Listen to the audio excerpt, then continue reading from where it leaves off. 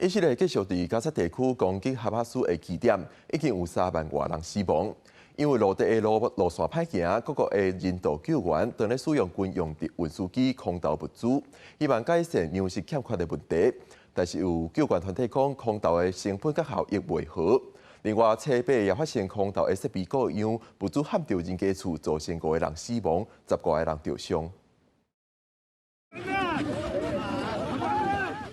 最近伫加沙北部定出现这款的画面，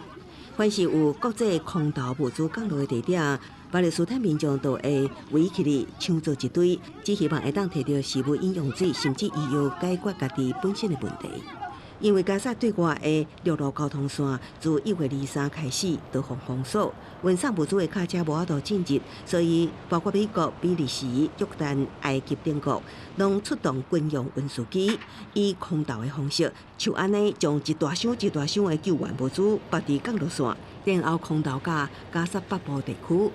也毋过，当地时间车被所传出，有空投物资的降落线无停开，几百公斤重的大包裹直接架到民家厝，造成5个人死亡，10个人受伤。 سقطت هذه المظلات على رؤوس المواطنين والأمر الذي أدى إلى ارتقاء 5 من الشهداء وإصابة أكثر من 10 إصابات من بينهم أيضا إصابات حرجة. 联合国所属的世界粮食计划署 WFP 指出，过去1礼拜的空投只送大约6吨的物资进入加沙。